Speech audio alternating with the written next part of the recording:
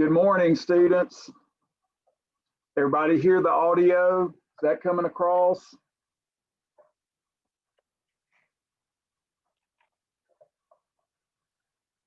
I assume you can hear me. Mary, can you hear me?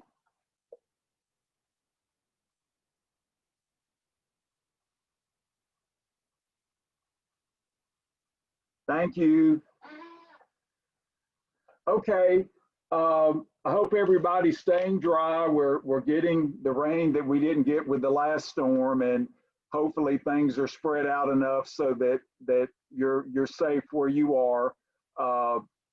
Again, we live in Houston, and so we have to battle Mother Nature maybe more so than others. So I don't really think there's a perfect place to live, but we enjoy Houston because of the nice weather and lack of extremes during the winter. So we just keep reminding ourselves about that.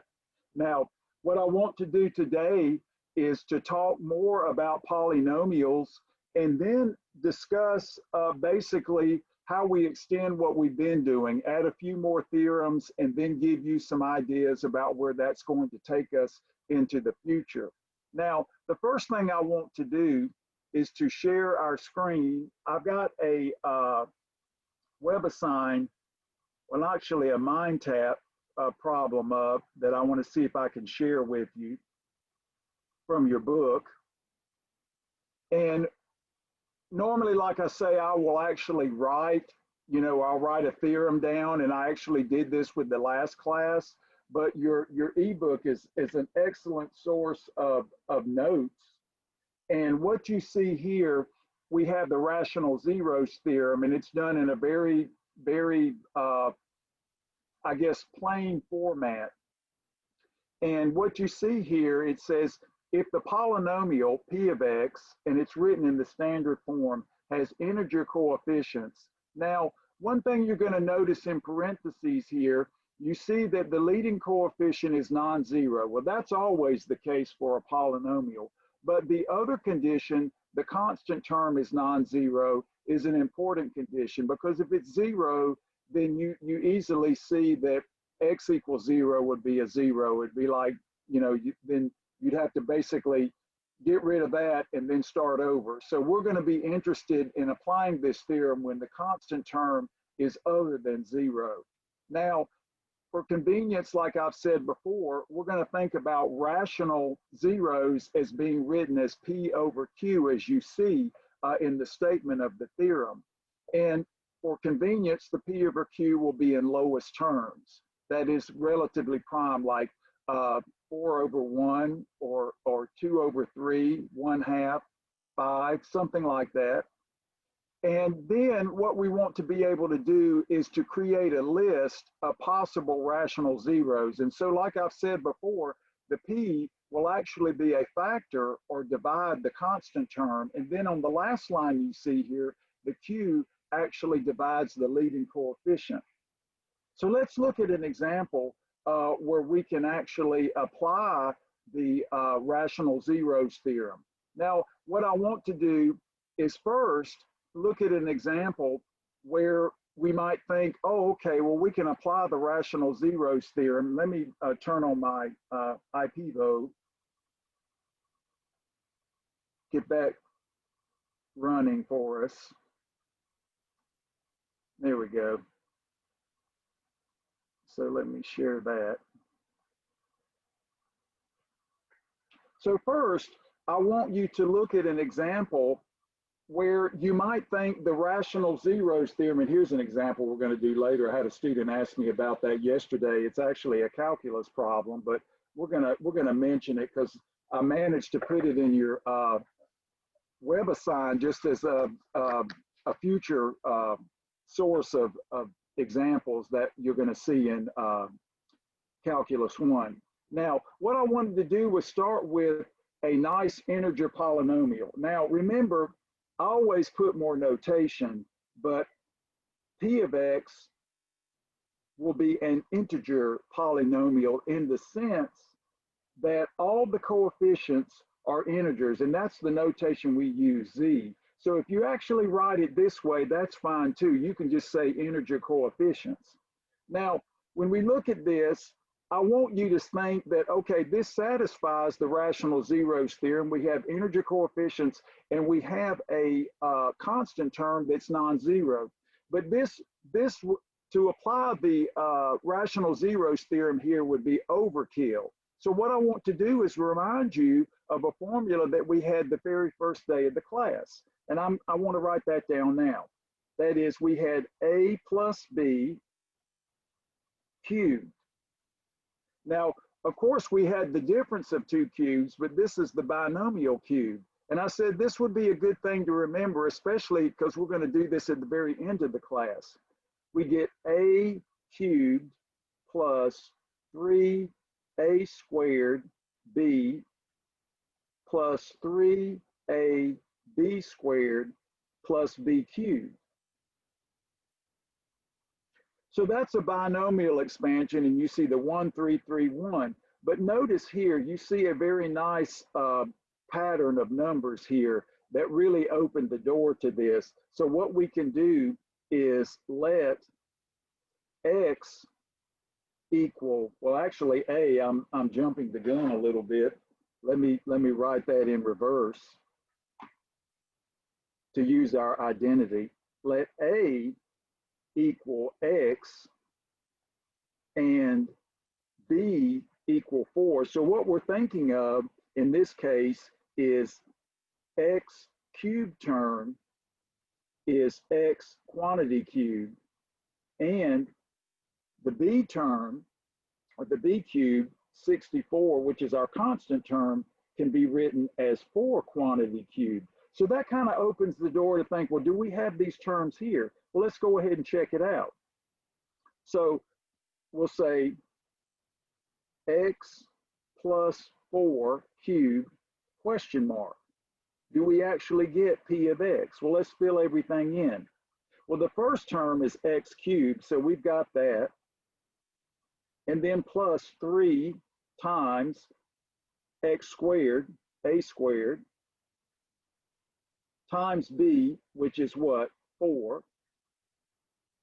Then plus, now we have 3, and we have a, which is x, and we have b squared, which will be 4 times 4, or 16. And then plus, of course, the last term, 64, we have that. We'll just go ahead and write this as, if you will, 64, which we see right there. But now when we actually combine these, multiply this out, we get x cubed plus 12x squared plus 48x plus 64. So when you look at a problem like this and you see a pattern that reminds you of the binomial, you've got the cube term here and the cube term here, you're thinking, well, I'm going to investigate a plus b cubed. And so this, what I want to let you know is that factoring formulas are always at your disposal, in the sense that if you can use them, go for it. Go ahead and work with the factoring formulas. We don't want to overuse theorems, but we don't want to miss easy opportunities. Now you can say, if we wanted to find the real zeros here, we just have p of x is completely factored. And so this is like a 3.2 problem. We have x plus 4 quantity cubed. And of course, now, if we set that to 0, we've got a real zero of multiplicity 4. That means it has repetition 3. So this will be if and only if x plus 4 equals 0, if and only if, in this case, x equals negative 4.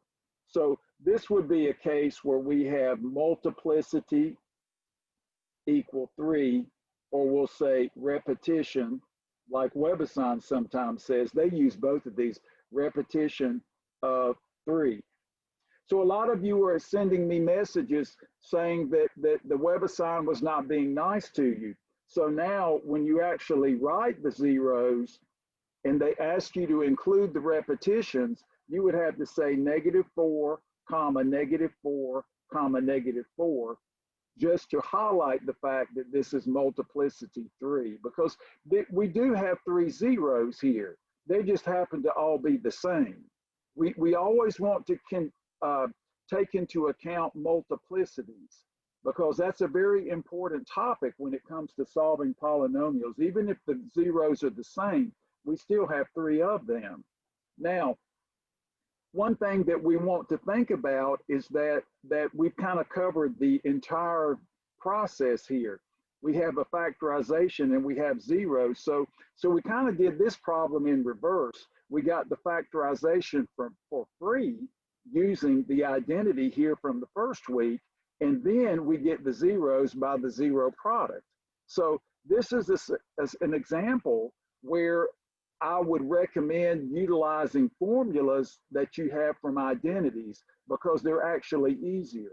Now, again, when you're doing a problem, like you're doing a quiz or a test or whatever, you can utilize any technique you like. I mean, usually you use the technique that comes to mind first. Now what I want to do is look at an example where we actually have, for instance, we can always factor, and this is what I want to impress upon you. If you've got something in quadratic form, or there's a nice identity that you can use, go ahead and use it. Don't break out the big guns, so to speak, to do something that you already know how to do. Now, here's an example where we might find the rational zeros theorem to be very helpful.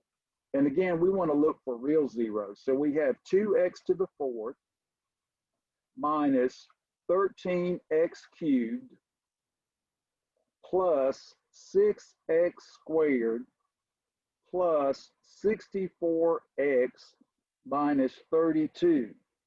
Now you look at this and think, well, all kinds of terms here. We have a 4th degree polynomial. We don't have any nice patterns here. That's a perfect 5th. It's not a perfect 4th. And so we don't have a leading coefficient of 1. So we probably can't utilize the factoring method. So what we want to do now is use rational zeros. So what I'm going to say is find zeros and factor. Now, when you factor, and this is one thing you need to be aware of, WebAssign will sometimes specify how to factor. If they say you need to factor this and they don't specify that it be factored in the rationals, or excuse me, in the integers, then you can factor it however you want. If they don't specify the types of coefficients, then you are free to use whatever method you like. That's what I like about the WebAssign. It keeps track of all of this for you. Now, notice the constant term here, well, let's write this down. A sub 0 is negative 32. And the leading coefficient, that would be a sub 4, is 2. Now, what we want to do is we know that P divides the negative 32. So just kind of to the side here, write P, and that we can use a vertical line for divides negative 32. That's a symbol for division. And it's good to know. So maybe you should try that instead of having to write P divides 32. And then you can say Q divides 2. Now, so what would this mean if we use the rational zeros theorem backwards? Let's just look at P over Q in terms of fractions. What is this going to give us? Well, WebAssign was good to us because this is just powers of 2, so we don't have that much to worry about. We know that plus or minus 1 is a factor of 32, plus or minus 2, plus or minus 4, plus or minus 8, plus or minus 16, and then of course plus or minus 32. So sometimes we get more numbers than we actually want, but it's all right. That's the nature of math. And then of course for 2, we have plus or minus 1, and we have plus or minus 2. So what does our list look like? Notice here, if we divide everything by plus or minus 1, we just get the list as it is. So we can go ahead and write our candidate list. Just repeat the top row.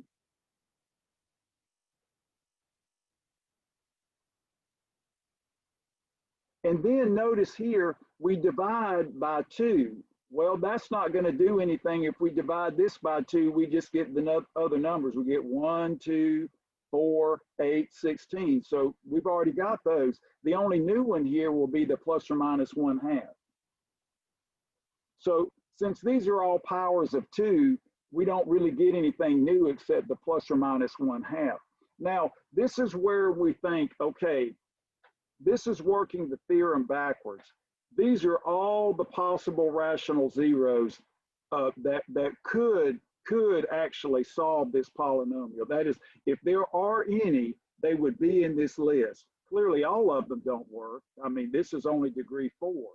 So this would be the list of candidates if there is a rational zero. So what we do with this theorem is we work it in reverse.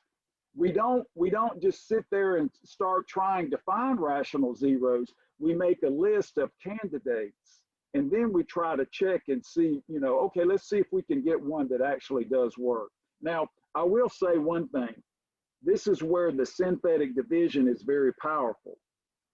So what we want to do, we can use these numbers to check for the zeros as we continue the process, but we put the coefficients in descending order here on the top row. So we have 2, -13, 6, 64, and a -32. So remember, when you list the coefficients, if there is a lack of a power, then put a 0 placeholder. That's very important. Leaving that out will ruin this process. So we always need a placeholder. Even if you were just doing a polynomial long division, you would have to do the same thing. Now, first, what we want to do is make some judicious choices here. We don't want to try numbers that we know don't work. For instance, 1 here, if you were to add up all these coefficients, if we replace x with 1, you don't get 0. So there's no need to check 1. So 2 is the next candidate that might be a possibility, and it doesn't look very favorable, but I can look at this and say that that would be a good first start. So let's try with 2. So again, kick out the 1 and the -1 when you clearly know they don't work. So bring the 2 down. 2 times 2 will be 4. 4 plus the -13 gives us a -9. And now we do the process again. We'll have 2 times the -9 is a -18. And then we add 6 and get a -12. So that's the process. And now we have 2 times the -12, which gives us the -24. If we add to the 64, that gives us a 40.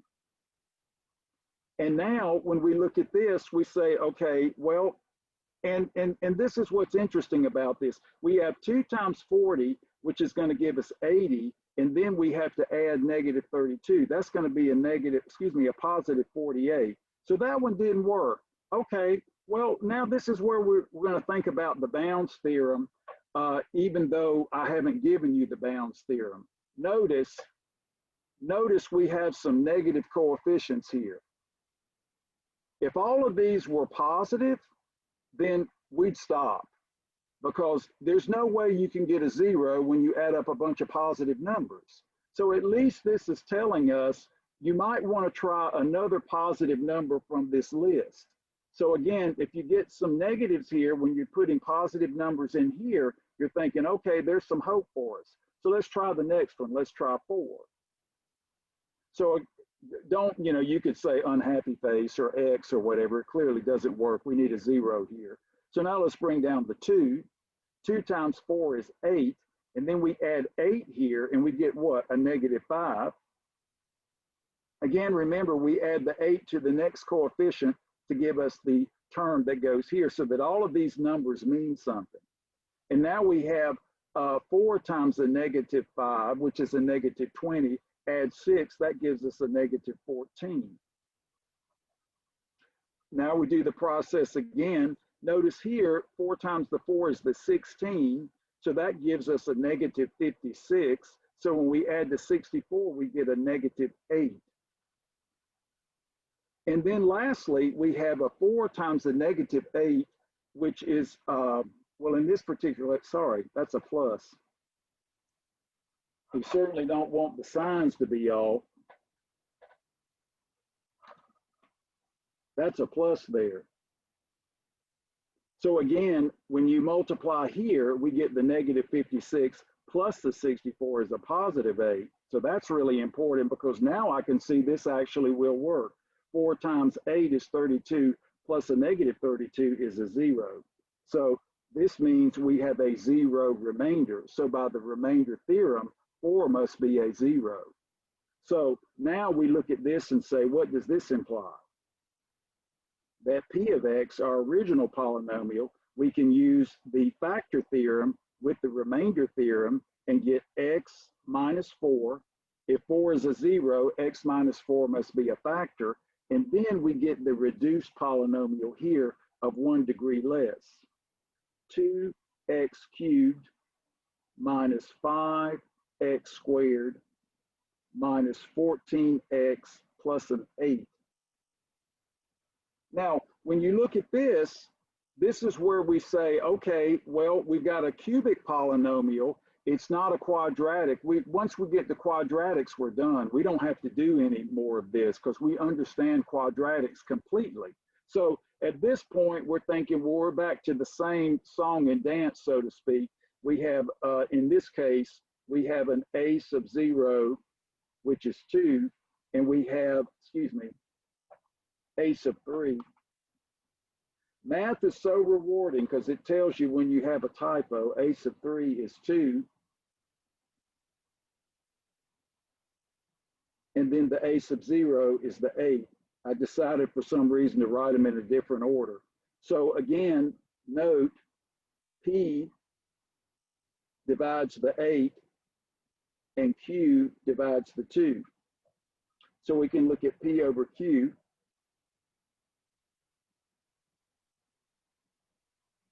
So we'll just go ahead and write down some of the positive factors of 2, or excuse me, of 8. We start out with a plus or minus 1, plus or minus 2, plus or minus 4, plus or minus 8. And then, of course, 2 is like what we have here, plus or minus 1, and plus or minus 2. So now what does the list look like? Well, we get what we started with, dividing by 1, plus or minus 1, plus or minus 2, plus or minus 4, plus or minus 8. And then, of course, if we divide by 2, we get a 1, then the 2, and then the 4. So that's nothing new, but we do get a plus or minus 1/2. Now, again, like I said before, what we want to do is now apply rational zeros to the new polynomial. So the new one, I'll just put this in a red box, is right here. 2x squared, 2x cubed minus 5x squared minus 14x plus 8. So we're going to go ahead and write those coefficients in descending order here.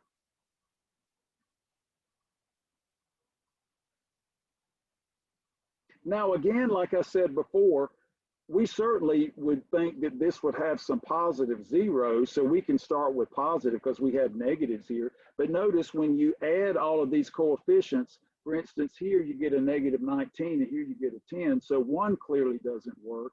And you're thinking, okay, well, we can maybe look at this and maybe try 2 and 4 like we did again, just move through the list. Try the easy numbers first. So let's first see if we get a repeated root. Let's try 2. So we kicked out 1. So bring the 2 down. 2 times 2 is 4 plus a negative 5, negative 1. Negative 1 times 2 is a negative 2 plus a negative 14, negative 16. And then of course here, this gives us a negative 32. And then we add the 8. That gives us a negative 24. So, well, you know, no cigar, but that's okay. So now when we look at this, we're thinking, all right, well, we still have some negatives here. So there's no reason to stop with the positives. So let's try the next one. Let's try 4. Bring the 2 down. 2 times 4 is 8. 8 plus a negative 5 is 3. 3 times 4 is 12. 12 plus a negative 14 is negative 2. Well, look, we hit the jackpot. Negative 2 times 4 is negative 8 plus 8 is 0. So that wouldn't work. So what we found here is that if we have a fourth degree polynomial, we may have to apply rational zeros at least twice to, well, in keeping our fingers crossed, that we actually do get two rational zeros, but then at that point we've reduced to a quadratic. So then we're done with rational zeros. We don't have to do it anymore. So what does this imply? Okay, well, we go back up here, P of X is X minus 4.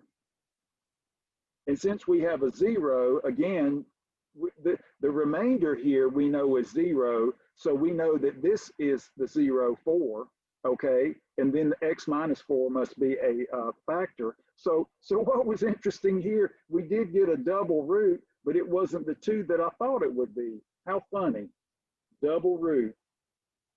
And then we're left with the reduced polynomial. So we get 2x squared plus 3x minus 2. But at this point, we're done. So once we hit the quadratics, we're done with the rational zeros theorem. And then you're thinking here, that's an easy AC method. So if we did AC 2 times negative 2 and move things around, that's a negative 4. But let's go ahead and do this as 4 times a negative 1. These numbers, when they're easy, it's a cakewalk. And of course, the 4 plus the negative 1 is 3. So this will factor in the rationals. So it looks like we're going to get rationals all together. So this will be x minus 4 times x minus 4, 2x squared plus 4x minus x minus 2. Again, rewrite the middle term and then factor by grouping. So x minus 4. Go ahead and write this as the multiple root. And here we can factor. I'll go ahead and use the brackets here so it's a little bit easier to see. So here we can factor a 2x, and that leaves an x plus a 2. And here we can factor the negative 1. So if you want, you can just do minus or just plus a negative 1. Sometimes it makes it a little more obvious to do plus the negative 1, x plus 2. So this gives us x minus 4 quantity squared. And then we can keep our brackets. So we'll have an x plus 2, the common factor, and that multiplies 2x and negative 1. So now when you look at this, this would be a factorization over the rationals. So we have x minus 4 squared. We have 2, in any order you like, 2x minus 1 and x plus 2. And WebAssign would be fine with this because if they don't specify where these coefficients have to live, it's fine. And usually WebAssign doesn't care. Now, notice if you wanted to go to the next step like we do in the next section, which is the complete factorization, where we expose all of the zeros, we could factor the 2 here. And that would still be fine with WebAssign. So we'd have 2 x minus 4 quantity squared. And then of course that would leave us an x minus a 1/2 because we factored the 2 there, and then an x plus 2. So this would be what we would call the complete factorization. And of course we could put a minus minus there so we know what the zeros are. Now I will say this,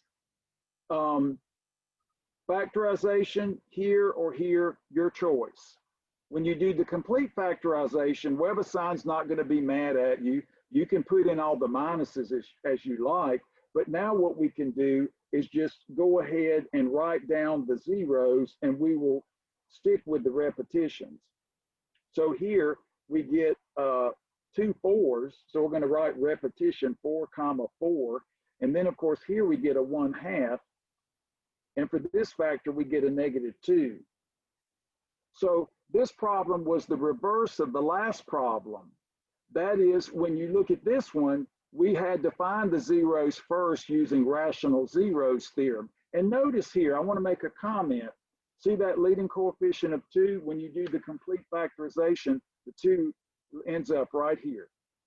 So basically, if we wanted to just kind of beat this to death, we could write this as 2 times x minus 4. Do all these out separately, x minus 4,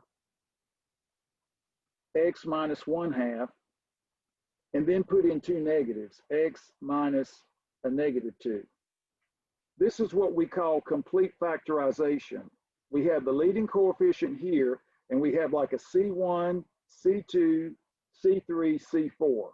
Fourth degree polynomial will mean 4 zeros, including multiplicities. That's why I keep saying you can't ignore the repetitions. That's part of the theory. And that's why WebAssign, that's why everybody was sending me messages about this. They're saying, I've got the zeros, but there was a direction said include repetitions, and no one followed that. You know, like I said before, ladies and gentlemen, the WebAssign will train you to be better mathematicians. And that's why I use it. It is the best homework system out there. And it doesn't make mistakes unless the coding for the problem is wrong. It's pretty much smarter than we are. And that's a scary thing. Now, the idea here is once you do this section, you have complete control here. You can stop here for your factorization. You could stop here or here.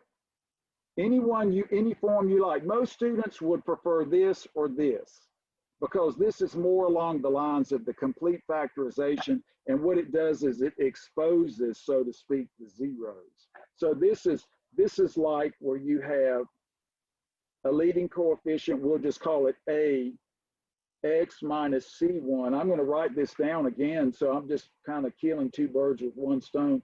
X minus C2, x minus C3, and x minus C4. So this gives you what we call the complete factorization. Now, what we're going to find with polynomials and extending to the complex polynomials where we could actually have imaginary zeros, this can always be done, even though it may be very difficult to write it. Theoretically, this is something we can always do. And so we look at this problem and say, we could do the complete factorization because we had the rational zeros theorem. We really couldn't rely upon a factorization identity because we didn't have a nice pattern here. And then when we look at the zeros, we see that, yeah. And of course, when you have symmetry, if you have an even function, then the zeros are symmetrically distributed about 0. That makes the problem a lot easier. The same with an odd function. I mean, because you have symmetry with respect to the origin. I mean, when you've got really pretty functions like that, polynomials, you have a much easier time. But let's face it, we can't rely on that. So we have to look at our friend the rational zeros theorem. Now, one thing that I want to show you here is, say we just do a rational zeros and maybe not all the zeros are rational. Let's just remind ourselves what that looks like. And then we'll talk about a couple of theorems, the Descartes and then the bounding theorem. So for instance, here's an example. Say we have P of X equals, let's see, where's that one that I want to do? Oh, go ahead and jump over to this one because it's got some interesting zeros. Yeah, let's try this one.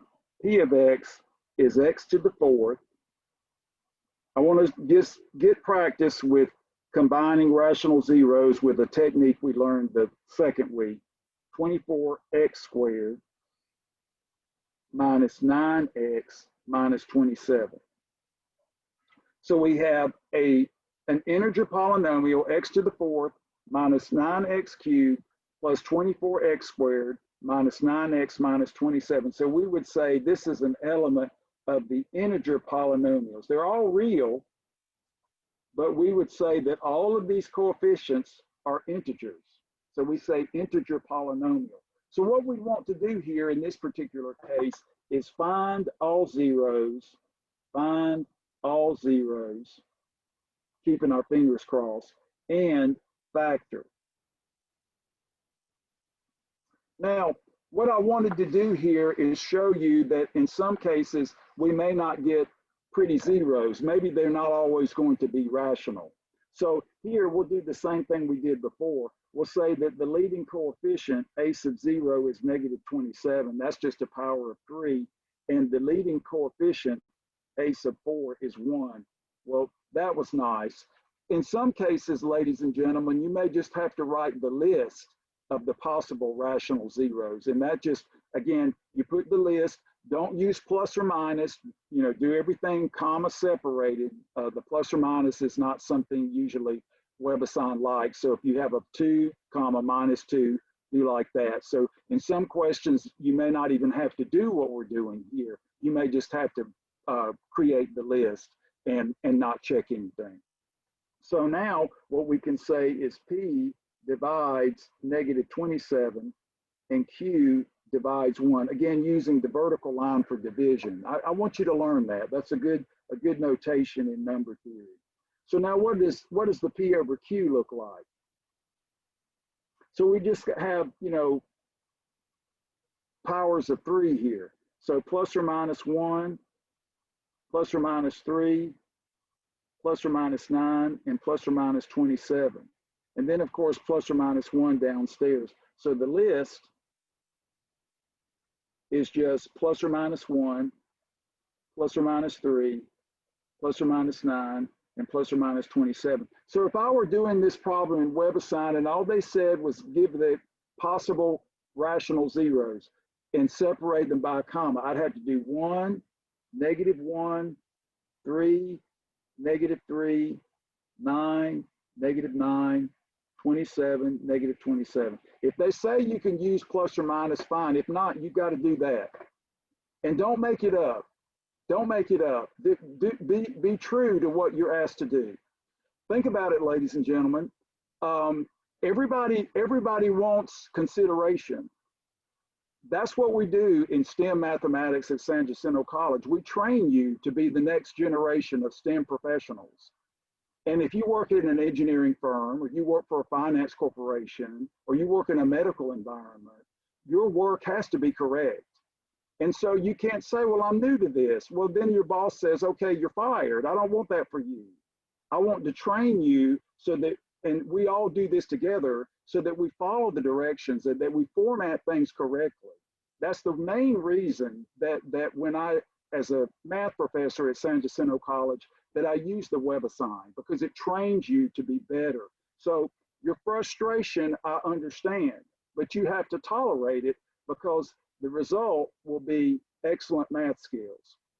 The result is that you will be prepared to take calculus. The result is that you will be prepared to complete the curriculum at the university. And that is my focus for you as a STEM, future STEM professional. So now what we want to do is say, okay, well, how do we do this, Professor Ron? Let's do the synthetic division again. So now, again, descending order, 1, negative 9, 24, negative 9, negative 27. Now, and it's always funny how these things work out, and you're thinking, you know, I guess we're going to do the same thing we did with the last problem. But when we look at the ones, we got positives and negatives here. We can look at the 1 here and say, okay, well, that'll be a 25. And then if we add up the negative numbers, that's a negative 27 plus a negative 18. That does not absorb the 25. So we don't need to try 1. So forget that. So let's try 3. I mean, what else are we going to do? Let's try 3. It's small and we don't want to hurt ourselves. So let's try 3. So bring the 1 down.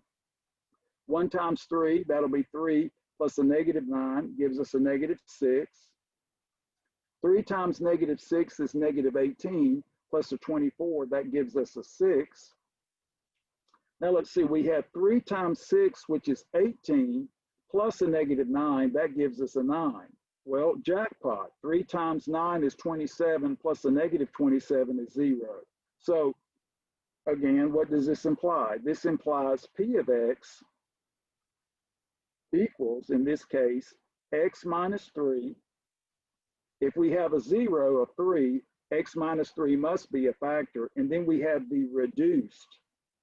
So we have X cubed minus 6X squared plus 6X plus a 9.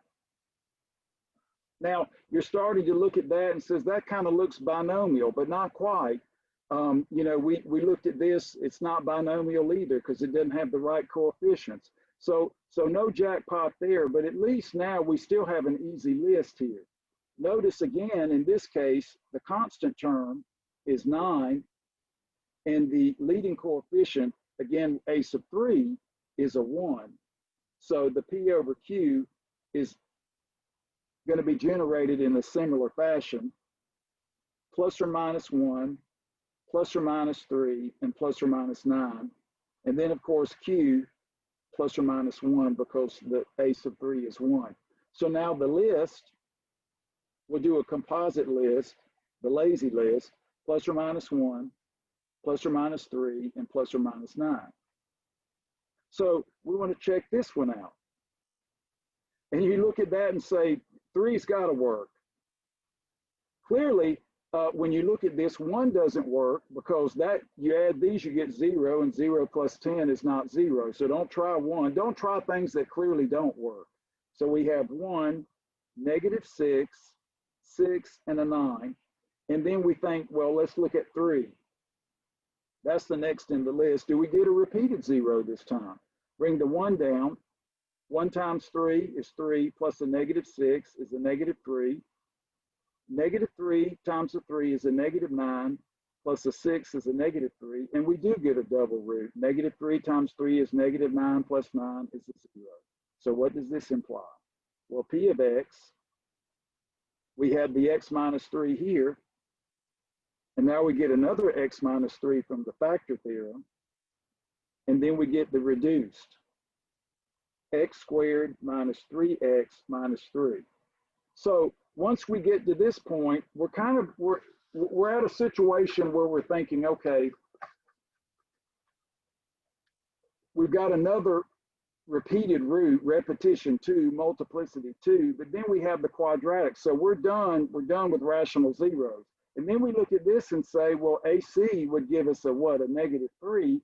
And then we really have a hard time trying to find factors that whose sum would be -3. So we're going to try the quadratic formula. It doesn't appear that this factors. So let's look at b squared minus 4ac. So we've got a -3 squared minus 4, and then a 1 and a -3. Now these are pretty easy numbers, at least as far as we're concerned. We have a minus, so I won't bother to factor this. These are easy numbers. So we get 9 plus a 12. So now with this, we get a 21. Now, again, when we look at this, this is not a perfect square, but it is positive. So this implies 2 distinct real zeros. So at least with these problems, all the zeros have been real. These are complex polynomials, because any polynomial can be called complex because the coefficients would be any number possibly. But the idea here is that all of these zeros are real. So now by the quadratic formula, we have the opposite of b, which is 3, plus or minus the square root of the discriminant, which is square root 21, divided by 2a, which is 2. So now, when we write the zeros, we've got, and this is where, again, you can be flexible with the WebAssign. If you write things as a fraction, WebAssign doesn't care. They're not specifying how you should write this, so you don't have to worry. A correct factorization is all you need. So now we've got a repetition of 3, so we have 3, 3, and then we have these irrational zeros, 3 plus square root 21 over 2. And then we have 3 minus square root 21 over 2. So those would be the zeros in this case. Now, if we wanted to write a complete factorization, notice that the leading coefficient's 1. So we could say P of x equals x minus 3. Go ahead and spread it out, x minus 3. We have 2 zeros here. They just happen to coincide, complete factorization. And then we have x minus 3 plus square root 21 over 2, and x minus 3 minus square root 21 over 2. And this would be a clean way to do it with the fraction bar on your WebAssign and give you a nice, beautiful factorization here. So the idea here is that the rational zeros opens the door to a quadratic, which we know how to solve from college algebra or even algebra 2 in high school. The idea here is that the rational zeros theorem opens the door to factoring the polynomial.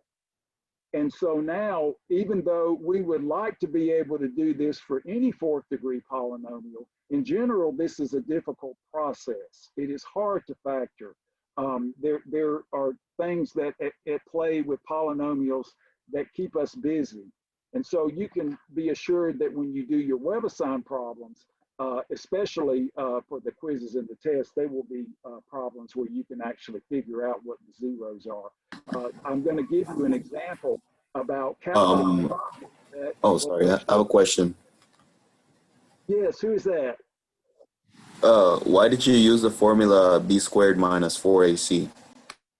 Oh, that's the discriminant for the quadratic formula. Let me remind you of that. Remember, for ax squared plus bx plus c equals 0, we have x equals the opposite of b plus or minus the square root of b squared minus 4ac divided by 2a.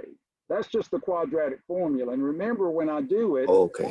yeah, always do the discriminant first so you really know what kind of zeros you have. That's an excellent question. The thing is, make sure you do this first, and then you can easily fill in this formula without too much trouble. Take time to make sure this is computed correctly, and that way you save yourself the toil of trying to do everything under the radical. So yeah, that's good. And so the comment here is like, okay, we got to this point. How do I know what to do here if I can't use Professor Ron's AC lemma? Well, I go directly to the quadratic formula, and then we start with the discriminant. Now, of course, if you have a method that you prefer with the quadratic formula and you're comfortable with it, that's fine. I just tend to think it's nice to kind of know where you're headed before you actually start filling it in. Okay, excellent question. Now, what I want to do is look at some examples where we might have what you call imaginary zeros.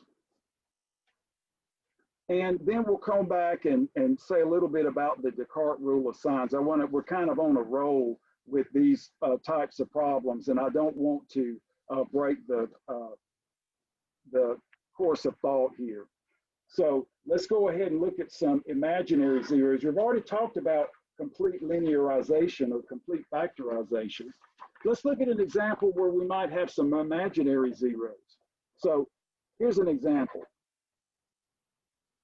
Say we have P of x equals x cubed plus 3x squared plus 6x. So Professor Ron's going to give you a little break here. It's like, okay, let's help everybody out, and maybe you'll see the kindness of this problem. So find all zeros and then completely factor.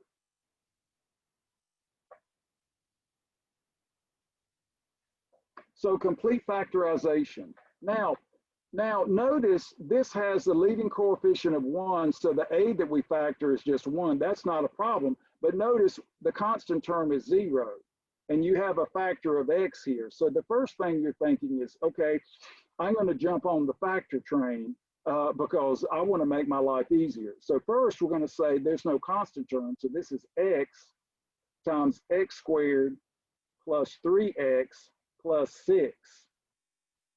And so now you're thinking, okay, well, I know x equals 0 is a 0. So I can already go over here and write a 0, which is 0. So again, don't overlook simplicity in the problem. That is, if we're going to try to use the rational zeros theorem on this, the first thing you'd say, well, I don't have the constant term that's non-zero, so I'm going to factor.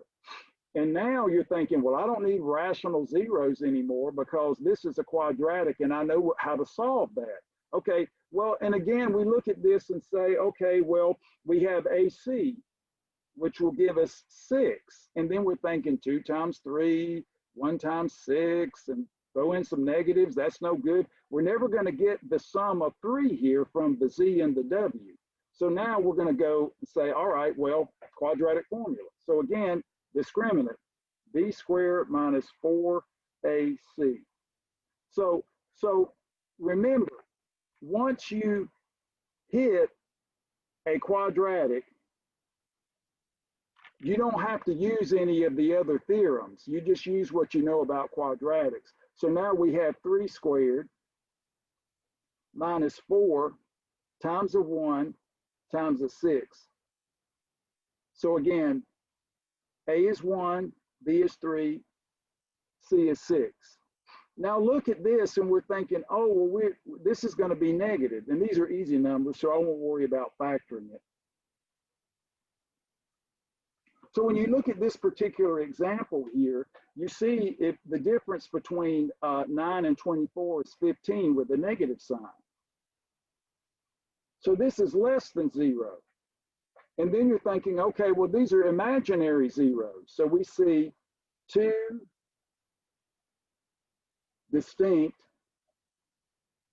complex conjugate zeros. And that's what you did in college algebra. That is, you're going to have the plus or minus from the quadratic formula, and that gives you the complex conjugates.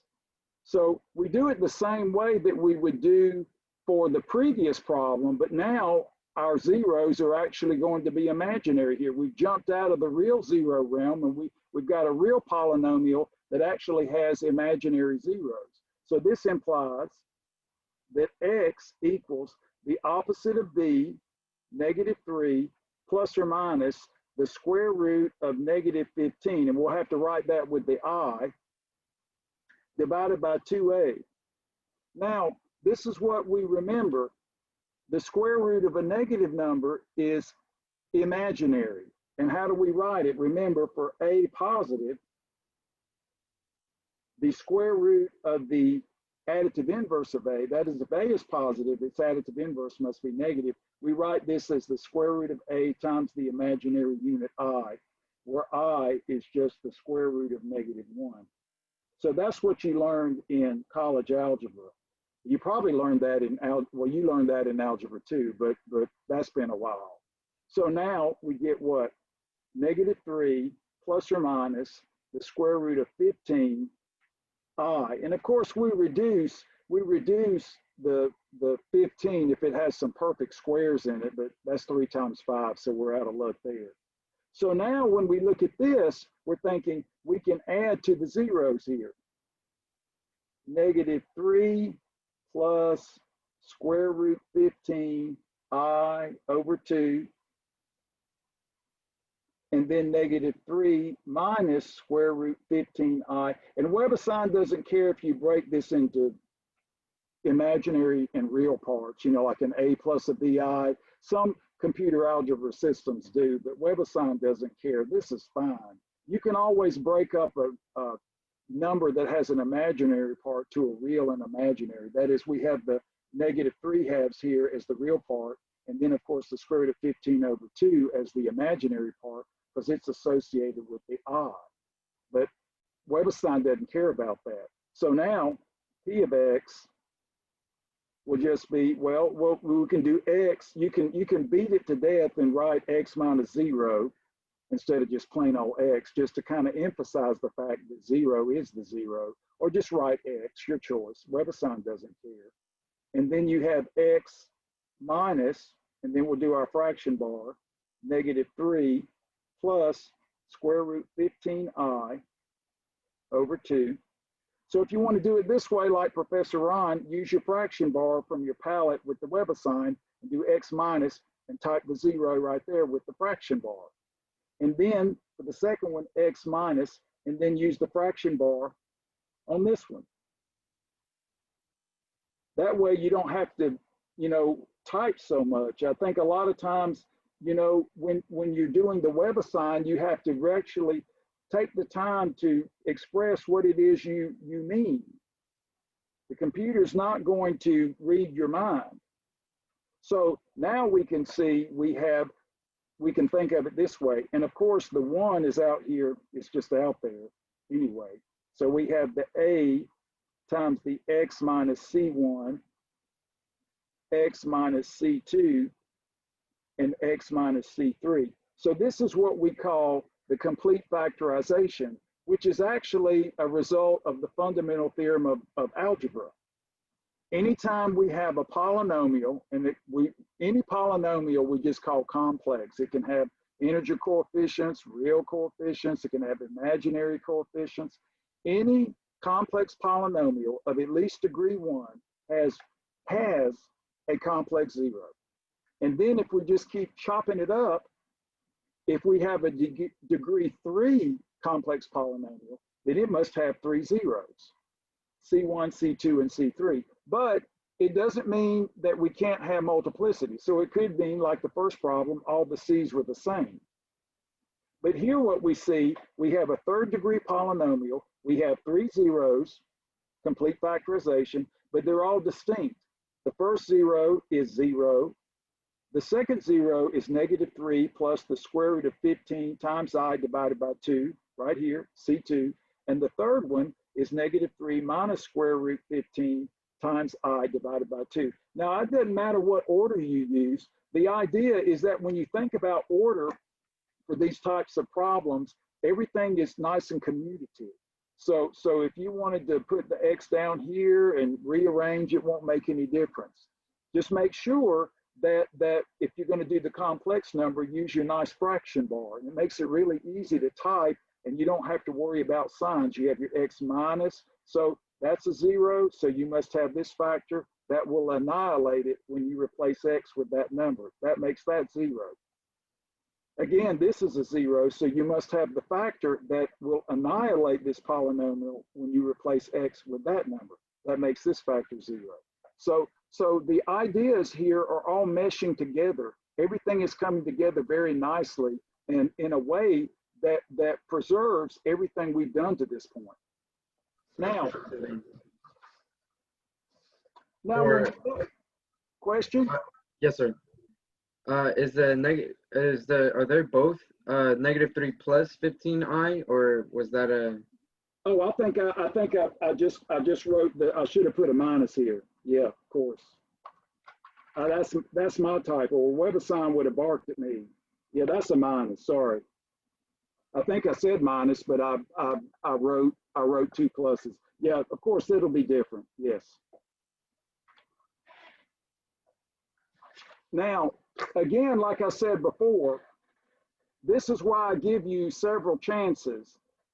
The idea with the complete factorization is that we will always get this.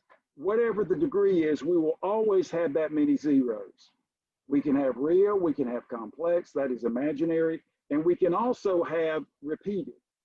Now, one thing that's interesting about the complete factorization is that we can use properties of the rational zeros theorem, just like we did in the previous problem, where we may end up with imaginary zeros. So let's look at an example like that.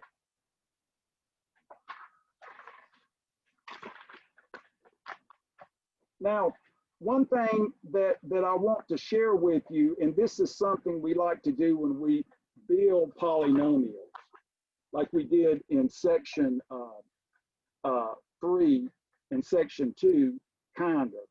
So for instance, here's an example. Let's build Q of X,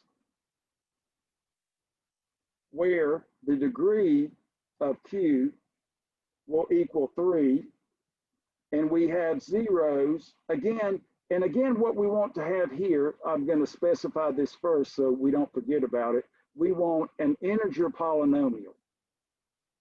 Again, we want all of our coefficients of our powers of X to be integers. We want a degree 3, and here are the zeros that we want. Now I'm going to write 2 of them, and I want you to tell me what the other one is, or I will remind you of this. Notice we have a really nice result here. Here's a theorem. This is a good way to actually provide it. If, and we can just say P of X in general, if P of X is a real polynomial, so we'll say real script R, and A plus BI is a 0. That is, we have an imaginary 0. That is, in this case, we're saying that B is non-zero. Then the complex conjugate,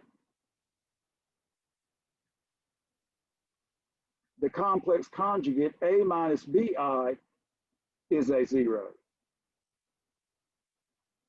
So that's a really nice, remarkable fact about imaginary zeros of real polynomials. That is, not only if we start with P of A plus BI equals 0, then this implies that P of A minus BI is also 0. That's why we say complex conjugates. So for real polynomials, this basically says here, if 5i is a 0, then this automatically implies that negative 5i is a 0. And we get that from this result. So WebAssign may give you 5i and negative 5i, but you don't need to know that. If this is a real polynomial, and it is, then you know that from this result. Now, another little lemma here is it's very helpful when we want to build polynomials of imaginary zeros. So for instance, we could say this, suppose P of X is a real polynomial.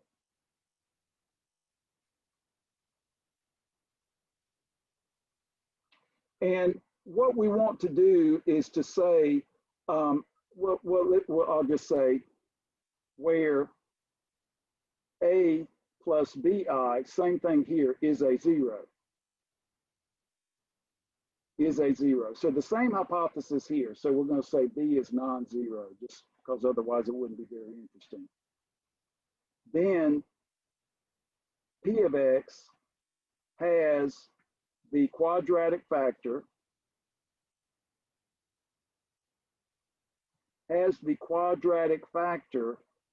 x squared minus 2ax, that's the linear term, plus a squared plus b squared. So you're thinking, well, couldn't I just multiply this out and figure out the quadratic factor using this result? You know, x minus a plus bi times x minus a minus bi, you know, like we have here. Sure, you could do all of that, and that would take you forever, and you'd make a million mistakes. So what I like to share with my students is that we have a way to build the polynomial where the A and the B come from the 0. And then you can automatically build it. So these two results give you some nice user-friendly ideas that make the process of working with imaginary zeros of real polynomials easier. So now we can say to build this, and we're not even specifying a constant term or anything, so this is an easier problem. So we have zeros, and then we have the corresponding factor, just like we did last time. So this kind of helps us with the quadratic part when we like had a zero of square root 3, but we didn't want to have irrational numbers as coefficients. So we'll take the 3, and the factor theorem will give us x minus 3. And then we'll take the 5i. But now, notice, in this particular case, let's just write what this is. That is, we have a equals 0 and b equals 5. So if we substitute into this formula, that term is 0 and that's 0, but we just get x squared plus 25. So if we had 5, you know, for instance, we could have an x squared minus 25, and that would give us the 5 and the negative 5. But what's nice about this is that if we want a real polynomial, we have to include the quadratic factor, because we can't have i's as coefficients, because we are requested that the coefficients be integers. So this is another trick to be able to write the corresponding quadratic factor for a real polynomial that has what? Imaginary zeros. So now you're thinking, okay, well, there's no further specification up here that tells us about constant terms or anything like that. So we're thinking we got the degree 1 here and the degree 2 here. This gives us the degree 3. Degree of q will be 3. And these are all integers as far as coefficients go. And so now we don't even have to do any more work. So we will let q of x be x minus 3 times x squared plus 25. Now, of course, with the WebAssign, what they might want to do is ask that you actually write this in descending order. If they don't, I guess you could stop with this, but let's go ahead and put this in descending order. So multiply everything by x. So we get x cubed plus 25x. And then we get a minus 3x squared. And then a 3 times the 25 with the negative, that'd be a negative 75. So if and only if q of x equals x cubed minus 3x squared plus 25x minus 75. Now, like I said before, this should remind you of the problem we did last week, but now we've added some ingredients to deal with the so-called imaginary zeros. Now, again, there's nothing wrong with multiplying things out, but this lemma here, this was actually a part of a book that I used as an undergraduate, Swakowski, which had a theorem that had this as the consequence. And so it's a very useful theorem that allows you to negotiate the quadratic factors of complex zeros. So of course, all you have to do is fill it in. So if you've got this formula, you can fill it in and boom, there's your quadratic factor. And now notice this is a what? This is a integer polynomial. So we've managed to be, and of course, this is not specific. We didn't have anything asked about the constant term, so we didn't have to do any more work, and we can finish with that. Just remember, WebAssign's not going to be upset with you. Of course, you could multiply this by any number you like. It still have the same zeros, and WebAssign will not mark it wrong because they're not making, they just say, find a polynomial that has these characteristics.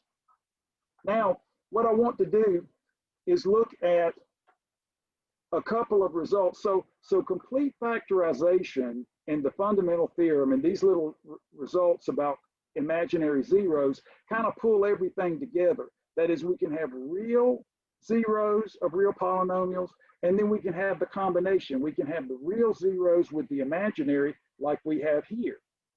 So the key here is when you stop with the integer, you've avoided the complex or the imaginary coefficients. because now you're thinking, oh, I see what you're saying, Professor Ron. If we actually wrote this with complete factorization, just say completely factorized, you would say x minus 3, then you would say x minus 5i, and this, of course, is going backwards, but I'm just making a point here. This would be the complete factorization where you got your C1, C2, and C3. But you already knew that from the very beginning. I mean, this we could have written down, but we didn't just, you could have taken the problem and just multiplied all this out and gotten the same answer. But we went the easy route and did the little trick here to get that factor. So think about this as complete factorization as what was given, and then we want to move to the descending form. So complete factorization is something that is theoretically possible, even though sometimes it may be difficult to effect. Now, what I want to do is share with you a couple of results from the real polynomials. And these are not hard results. It's just that we want to be able to do our WebAssign. So let me grab these. Now, I wanna give you something from the WebAssign, and let's see here. And let me move Professor Ron over a little bit. This is called the Descartes rule of signs. Now, I'm going to just run through this, and then I'm going to give you an example. The Descartes rule of signs is for polynomials with real coefficients. And let me just read these, and then I'll show you how we work with it. It says the number of positive zeros, you don't have to say positive real, that's redundant. The numbers, imaginary numbers aren't ordered, so that's redundant. So positive zeros of P of X either is equal to the number of variations in sign in P of X or less than that by an even whole number. Okay, that seems interesting. And then it says the number of negative real zeros of P of X is equal to the number of variations in sign of P of negative X or is less than that by an even whole number. Okay, well, so much for that. Let's just look and see how we can apply this result. So I'm going to show you how to do the variation, and I call it var. So, for instance, here's a P of X, and we're gonna apply the Descartes rule of signs. Sometimes if you're at the end of your rope and you can't find any zeros, then you're thinking, well, let me see if I can see what Descartes tells us about this polynomial. So we have x to the fourth minus 9x cubed plus 24x squared minus 9x minus 27. Now we've actually factored that as an example. We had, that was this one right here, the one we did right here, okay? So just reminding you of that. And we remembered what we got, so I'll keep that. Now, when we do, and let me get a little bit, do a little bit more light here.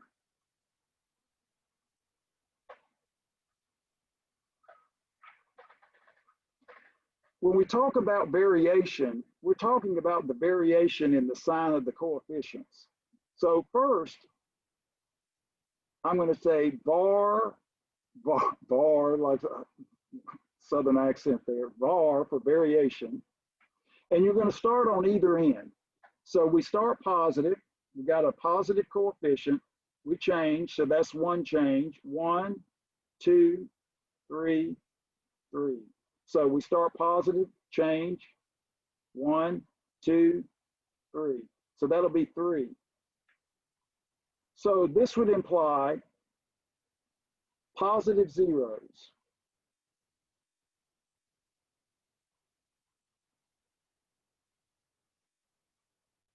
In this case, we would have 3 or less than by an even whole number. So less by 2 will be 1, and then after that, the numbers become negative. So that's positive zeros right there.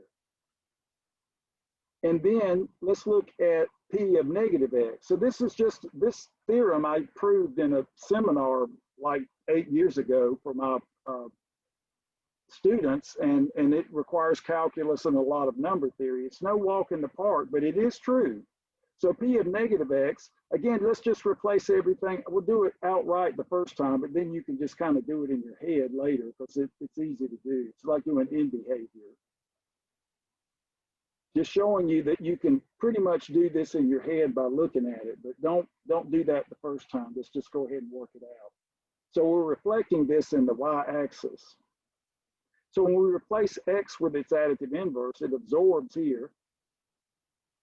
Now here the negative survives, negative negative plus 9x cubed. And here, of course, it absorbs, so we get plus 24x squared.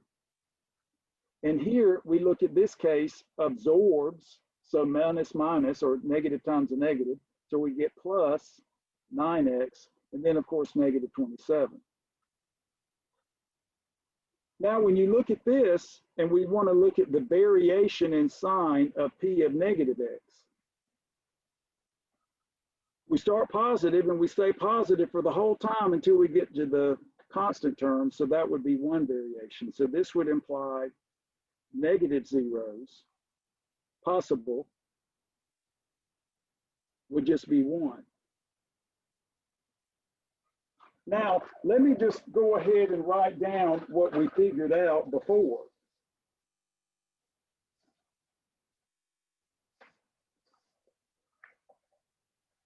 This is what this is the actual. So I want you to see how this compares to what we did actually. And so you can kind of get some idea why this theorem has any use at all.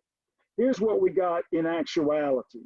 We got 3, 3, and then we had 3 plus square root 21 over 2, and then we had 3 minus square root 21 over 2. Those were the actual zeros. Now, when we do this, we'll say positive, negative,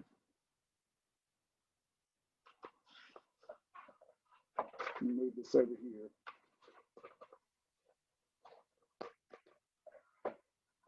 Positive, negative.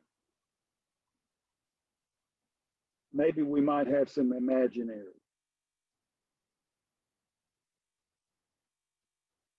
So in the case that we had 3, what's the possible case here? Well, we could have 1 negative and no imaginary, because remember, for real polynomials, we know that the imaginary zeros occur as conjugate pairs. So that's all we could have here. And then, of course, we could have 1, for instance, 1 here and 1 here. Those are possibilities, 1, 1. And then that would give us 2 imaginary, because again, imaginary zeros of real polynomials must occur as conjugate pairs. So this must always be an even number. But we see that what actually happened was this. So when you do your Web assign, you would say you have a possibility of positive zeros, 3 or 1. So you put 3, 1. And you have a possibility of 1 negative 0. So Descartes' rule of sign says that you've got 2 distributions of zeros here. You could possibly have 1 positive, 1 negative, and 2 imaginary, okay? Maybe you just want to check that out before you do any work on the problem. Or you could have 3 positive, 1 negative, and no imaginary. That's exactly what we got right there. So what Descartes does is it gives you the possibilities of the distributions of zeros as it pertains to positive, negative, and imaginary, as long as you're starting with a real polynomial. Now you might think, boy, I don't care about this, Professor Ron. You know, I'm just going to hit that rational zeros theorem and go to town. I'm gonna factor it or whatever. But it sometimes is useful to look at this to kind of get the ball rolling. say you're like, I don't even know if I have any rational zeros and I've got too many to check. This can kind of give you an idea of what to expect. So as you're doing a particular problem, you might complete the factorization process and then do this, put the actual, and then go ahead and do the var for the P of X and P of negative X and see the scenario that corresponds to this. That is, we had two here, but there's only one that occurs. So the Descartes rule of signs is just a way of figuring out what would be the possible distribution of zeros as it pertains to positive, negative, and imaginary. And the way we do it is with the variation. So start on one end and start with the sign of the coefficient, and as it changes, you record that. We get 3 changes here, and for the negative, we only get what? 1 change, and record that. And just remember that if this number, when you get the first number, the variation, you can decrease it by a factor of 2 until you start to get negative numbers, and it doesn't make any sense. I mean, you can get positive and 0, that's fine, but then of course now that'd be a -1, and then a -1 here, and that makes no sense. So you just decrease by a 2 until you stop, for instance, as we've done here. So the Descartes rule of signs can be stated in a way that it seems extremely difficult, but it's actually just as simple as what we've done here. So what I want you to do here is just to practice with the variation and take a polynomial that you've already factored and then compare this to the actual like we've done here. That way it makes this theorem make a little sense to you, and you're not just scratching around in the dark thinking, well, okay, when am I ever going to use this?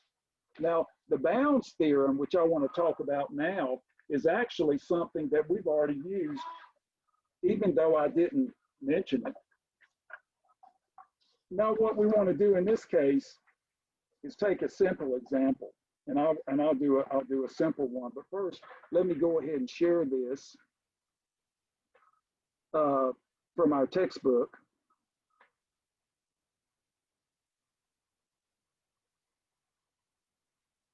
Now, remember when we were looking at the rows of the synthetic tableau? We start with a polynomial of real coefficients, and usually, ladies and gentlemen, what I'm going to specify is that the leading coefficient be positive. So we start with, you know, basically non-negative, non-positive alternating, and I'll say more about that.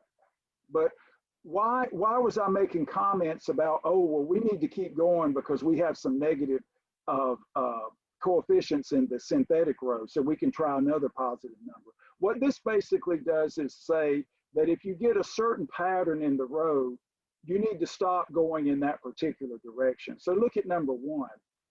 Say that we had B as positive and, you know, maybe B was 2, and we do the synthetic process. And then when we look at the row, it says if the row that contains the quotient and remainder has no negative entry, that is basically non-negative, zeros and positives, then you don't need to keep trying values of B or values that are bigger than B, because in that case, you're just going to be adding up a bunch of positive numbers, and there's no way you can get a 0 out of that. So that's something we've already at least alluded to, and I'll say more about that. And then the one that's actually kind of interesting is when we actually have a negative value for the C. Here they call the C the A, but of course every theorem is stated differently. And then when we actually look at the synthetic row, you see here alternately non-positive, non-negative, or it could be non-negative, non-positive. That means that you don't need to try any zeros that are less than that given A, because you'd be wasting your time. So I want to do an example of this to show you how this actually works, just like I did for this one.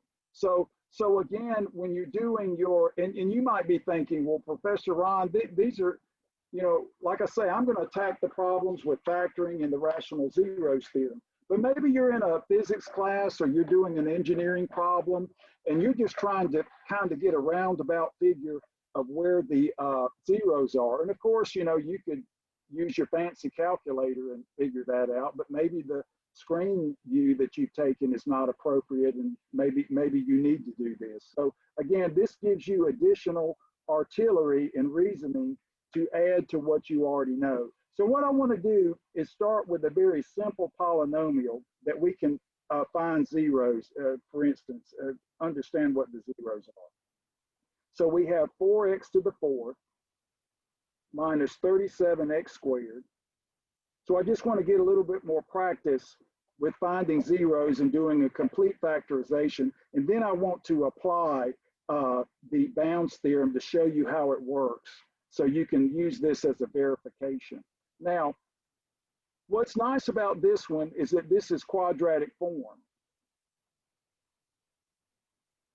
This is quadratic form. And so now we don't have to pull out the big guns. This will factor. Notice if we do AC, we have 4 times the 9, and that's just a 36. We need a negative 37. So what we're going to do is cheat and just write this as -1 times negative 36. That's kind of like the extreme case where now we get clever and say, okay, well, if I add these two numbers, if that's my z and my w, I get the coefficient of the x squared term. So AC would work. So I wouldn't need to do any fancy theorems here. I get this just by Professor Ron's AC lemma. So we could say, okay, well, we get 4x to the 4th minus 36x squared. So any factoring that you know how to do not leave it at the door. You bring it inside and you use everything that you know to work these problems. And so now we can do the 4x squared, and that'll be an x squared minus a 9. Again, the 4 times the -9 gives us a negative 36. And of course, here we can just factor the negative. So I'll do this as plus -1, x squared minus 9. Now, the idea here is that this is back to square one. We have a common factor of x squared minus 9, and then they both multiply the 4x squared and the -1. So now we're thinking zero product. So let's just go ahead and factor, in this case, the 4. So we get a 4x squared minus 9, and then an x squared, divide the 1 by 4. So now we just have two differences of squares. So we get the 4th in the complete linearization, 4. So we get x minus 3, x plus 3, or you can do x minus the negative. We'll go a little easy on ourselves this time. And then, of course, we have x minus 1/2, and then x plus 1/2. So we got the A, we got the C1, the C2, C3, and C4. They're all distinct in this case. So when we look at the zeros, we have 3, -3, -1/2, and 1/2. Now, what I wanted to show you here, and this has to do with the bounds theorem. That is, if we look at these zeros here, and here's another thing I want to share with you, ladies and gentlemen. This theorem's not necessarily very robust. There's nothing unique about anything about it. It just means that it says, it puts up a red flag and says, stop, don't go any higher, don't go any lower kind of thing. So here's what I'm going to do. We know the zeros, so let's check this bounded theorem out. So let's try the synthetic process. So we got a 4, then we need a 0 because we don't have a cube term. We have a -37, and then we don't have an x term, so we put a 0 and then a 9 for the constant term. So what I wanted to do here is just say, let's just pick a number that we know is bigger than the largest real 0. In this case, well, it doesn't matter. If it wasn't real, it wouldn't matter. We can pick a 4. Let's see if we can get the bounded theorem to give us a check. So we're going to try, say we're going to just try 4 and say this was from a list or somewhere and we were working. Again, I'm trying to do this in the backwards motion so that you can see what's going on. And when you apply the rational zeros theorem, you will know that this can help you out by saying stop, don't go any higher. So now bring the 4 down. 4 times 4 is 16. 16 plus 0 gives us this. And then we get a 64. So I'll just go ahead and write this down here. We got a 64 when we multiply minus a 37. So that'll be a 7. And that'll be what in this case, a 27, right? So we got 27 here. And then we multiply this out. We add a 0. So that's an 8. So that's 108. And now it's even more. So here we get what? We get a 2, a 3, and a 4, and we add a 9. So that's a 441. What I'm trying to show you here is if you start working your synthetic row and you're checking 4 as a possible rational 0, look at all this, all non-negative, all positive, or even 0 if you like. The thing is that you can never, ever get a 0 by taking numbers bigger than 4.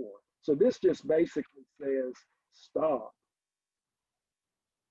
So if you're working a problem and you're checking rational zeros, then you don't need to proceed any higher than 4 because that would be a waste of time.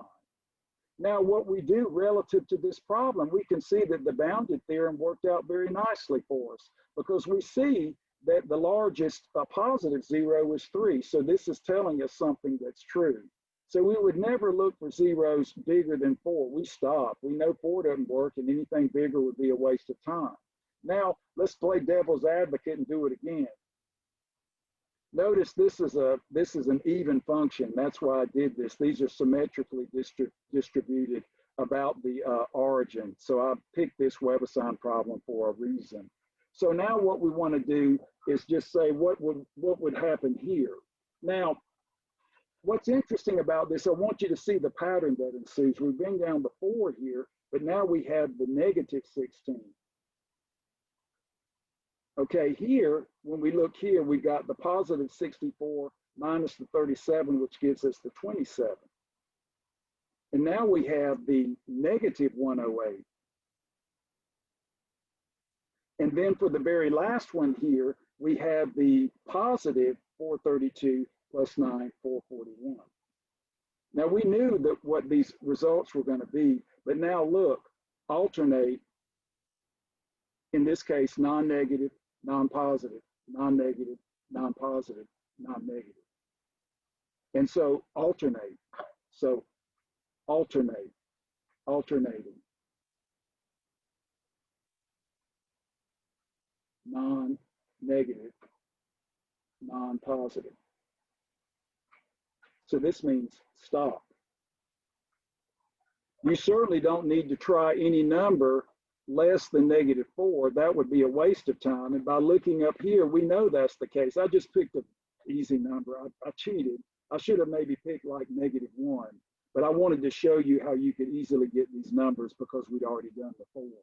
But the thing is that this is not a very robust theorem. It basically just says if you get an alternating row, certainly it's going to look like this as long as the leading coefficient is positive, non-negative, non-positive, non-negative, etc. Alternating, that means you don't need to try any numbers less than this. If you get a non-negative row, then you stop. You don't need to try any numbers bigger than 4.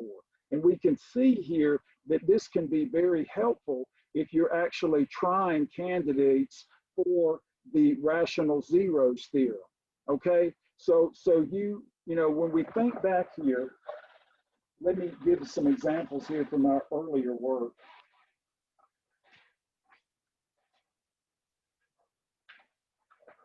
When we go back here, when we tried the 2, we had no reason to stop with 2 because these are negative. We don't have a bunch of non-negative entries here. So the bounded theorem says, well, you know, I'm not telling you to stop. I'm not saying there's another rational 0, but the positive zeros are not bounded by 2. Okay, so that's why we kept going. And then we hit the jackpot. But what's interesting about this is not basically saying that all the zeros are rational, or some of them are rational, some irrational. It just means positive and negative. So when we look at this part here, we did the same thing. We got the repeated 0, but when we tried 2 again for this polynomial here, we didn't get all non-negative. So we didn't stop with this. We tried one bigger than 2, and we hit the jackpot again. So the idea is that the boundedness theorem, or the theorem on bounds, can save you a little bit of time. And that's what we're interested in here. We're interested in maybe just saving a little bit of time when it comes to checking rational zeros. So I wanted to give you an example of these theorems that basically says, okay, here are the actual zeros, and see that this does validate that. Again, this is not a very robust result. Sometimes you don't get the result you think you need. You have to take a smaller number or bigger number. So it's not like the linchpin of our existence, but it's a fun theorem. And I want you to use it and know that it can help you out as a time-saving device. Now, the last example that I want to do, yesterday I had a student from one of my online classes that doesn't meet in the virtual context like your class does. He says, Professor Ron, I'm having trouble with this problem. And the thing is, I told him, it said use a graphing calculator. Lots of times it'll say use graphing calculator when you don't even need it. But in this case, let me move this here, sorry. Technology. This was the example that he had, and this is actually a calculus problem. So in your WebAssign in 3.4, I'm backing up a little, you're going to have an example where it says use a graphing calculator. This was the problem he asked about. I just want to go through it and just tell you that it's in essence a calculus problem, and I actually added some other stuff here to show you that. The problem was stated this way. You have this parcel of land that has, and I just want to go through this just to show you how this is something we're going to do in calculus. And I told him that I would credit him. His name was Luis. I said, I'll credit you for bringing this problem to my attention. You have this parcel of land that has a measurement of X here and a measurement of X plus 10 for the diagonal, where these are all right angles. And it says find the dimensions of the land correct to the nearest foot. Okay, so I just kind of wrote this. This was what I was writing when I was doing the problem for him during the conference hours. And so he wasn't really sure how to set it up. I said, we're probably going to end up with a polynomial that doesn't have rational zeros. So what we first started is that we assign this dimension to be y. So by the Pythagorean theorem, we get x squared plus y squared is the hypotenuse squared, which we have here. Then we expand and then absorb the x squares. And then basically here we have y squared is equal to 20x plus 100. So we can actually now assume that y is non-negative and apply the square root principle and actually get y is the principal square root of 20x plus 100. You can factor it, but I said during the session, I said, well, we really won't need that because we're going to end up with a polynomial. Now, how do we finish this?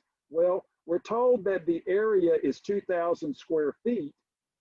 And then what we have in this case is, what is the area? Well, the area of the rectangle is x times y. So we have x times the expression for y right here, and we set that equal to 2,000. Now, of course, this is a polynomial problem, so we make it into 1. So we square it. We square this, so if we square the 2,000 here, we basically get 2,000 times 2,000, which is a big number, which I've written here, but I'm going to reduce it. And then here we get x squared, and then of course we square the radical and just get the radicand 20x plus 100. So now when you multiply this out, 20x cubed plus 100 squared, and then bring all of this stuff over, which I factored, the 4 times the 10 here, I wrote as a 2 times 20, and I've got 100 and 1,000 here, just breaking this down, bringing it over. And now, of course, what I did was I divided by 20 because all of these have a 20 in them. That's why I wrote the 20 there. And we end up with x cubed, 100 divided by 20 is 5. And then what's left here will be the 2 times the 100, or 200 times 1,000, which is 200,000. Now, as a way to make my student feel better, I started trying to break up this number, but of course it wasn't what I really needed to do because this is not quadratic. But so let me just mention at this point, and then I'm going to go back to the middle page here, which we'll do here. But notice, this is what I'm going to call the area function.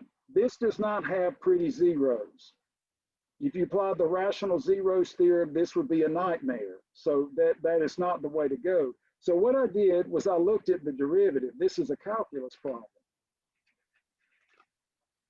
And so when we get to Cal 1, I don't know, next semester, I think I'm going to be teaching probably linear algebra and I don't know what my boss is going to give to me. Maybe I'll have some Calculus 1 classes. You can take Professor Ron's Calculus 1 class.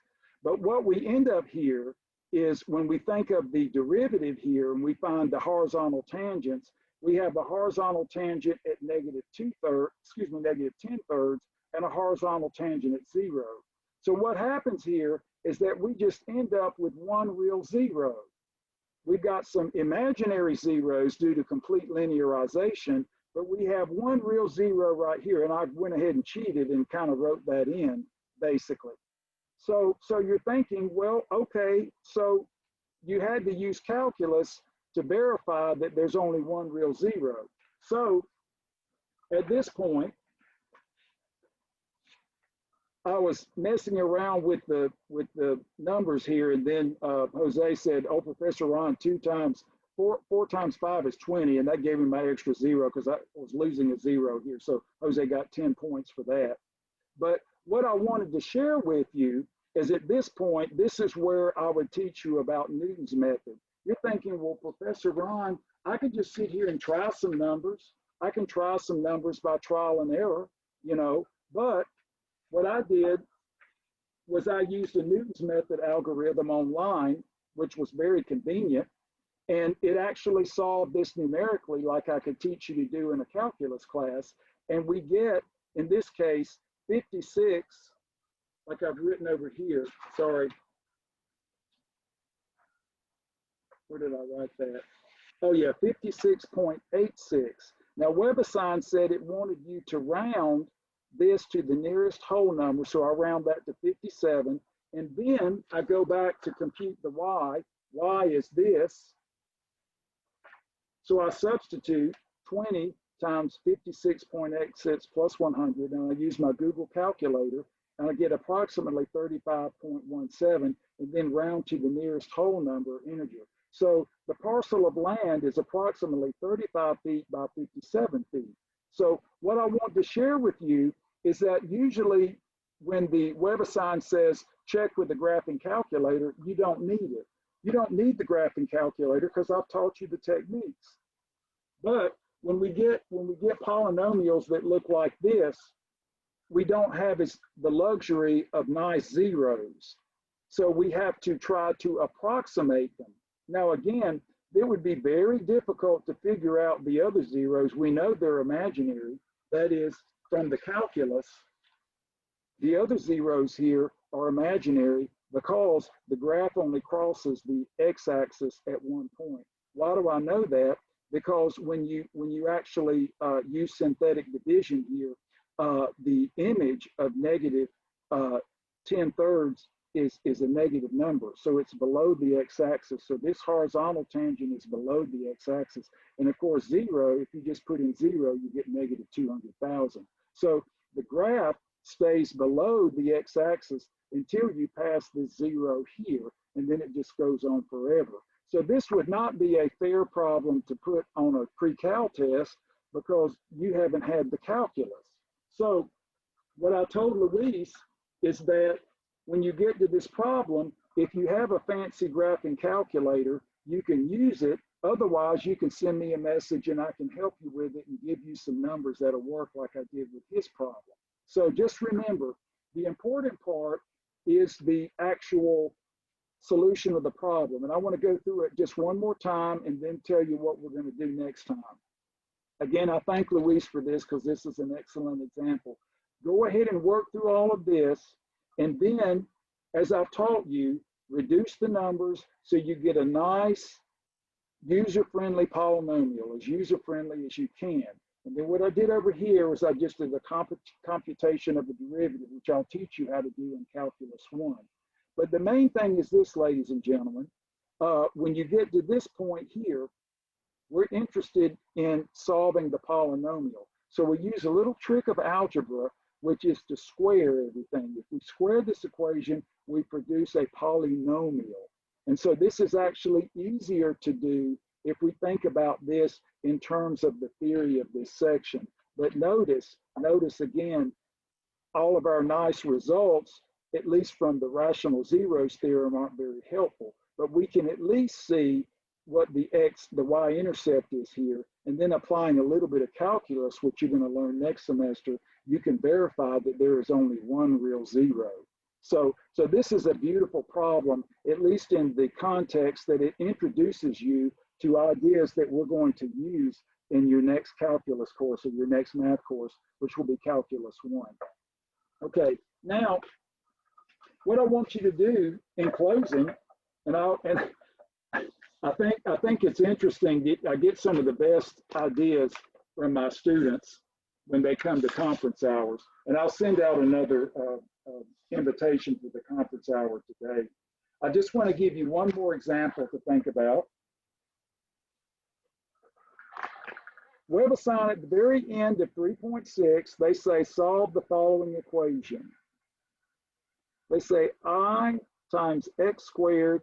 So this is a polynomial that actually has imaginary coefficients. This is crazy. We have never done this. So basically this says solve.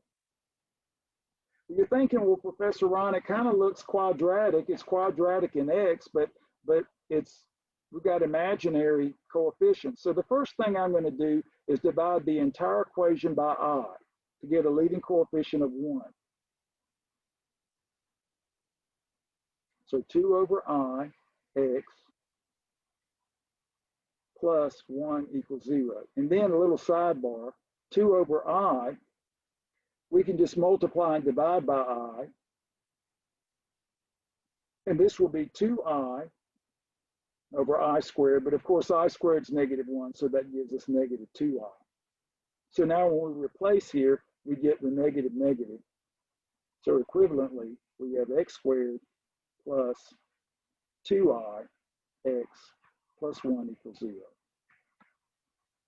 Now, when you look at this and you're thinking, okay, well, you know, I don't know what I do with this, Professor Ron. How do I deal with this? This is something new to me. So what I want to do first is think about how we actually negotiate this. This is quadratic.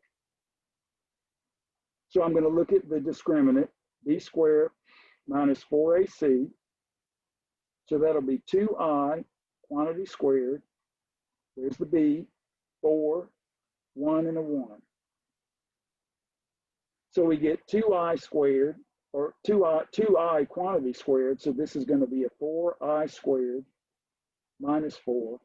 And of course, I squared is -1. So this gives us a -4 minus a 4, which is a -8. So now when we do the square root of -8, I'll go ahead and do this. This is going to be 2 root 2 because we can reduce the 8 times the I using the square root of a negative number. So now we get x by the quadratic formula, the opposite of b, -2I, plus or minus 2 times the square root of 2I divided by 2a, which is 2. And now, of course, the 2's absorbed, so we get -I plus or minus the square root of 2i. So we've solved this polynomial with imaginary coefficients using the quadratic formula. So the zeros here will be negative I. Now you can factor the I out of this if you want it. You can just factor the I. I don't guess it matters, but that looks kind of messy.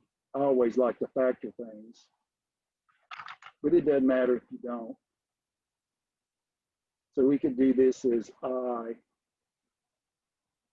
square root 2. Well, let me do that second, do the plus or minus second. So we'll have what, negative 1 plus or minus square root 2.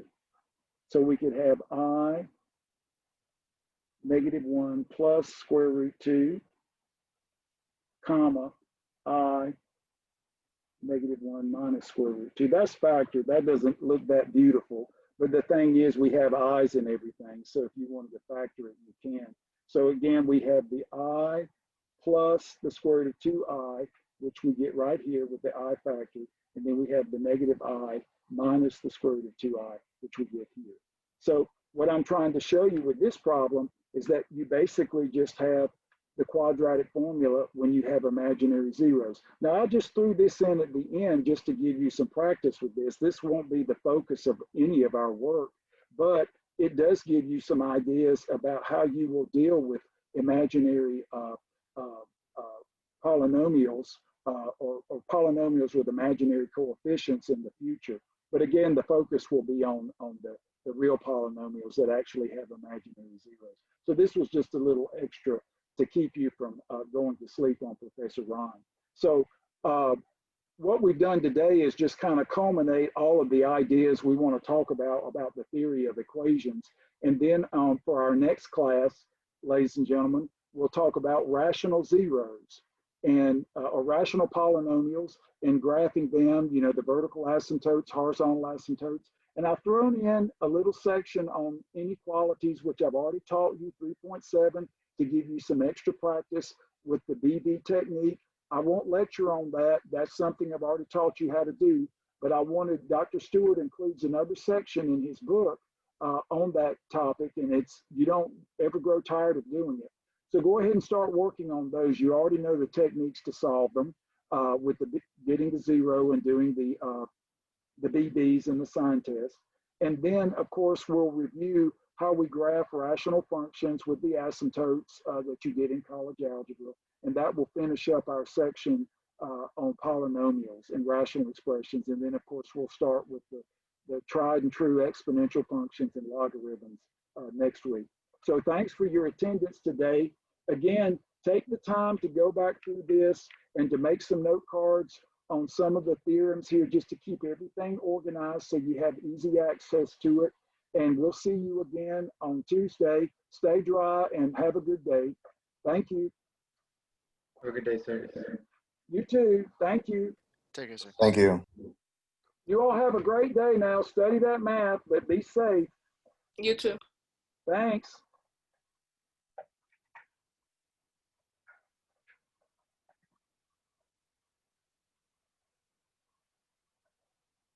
Oh, I lost him.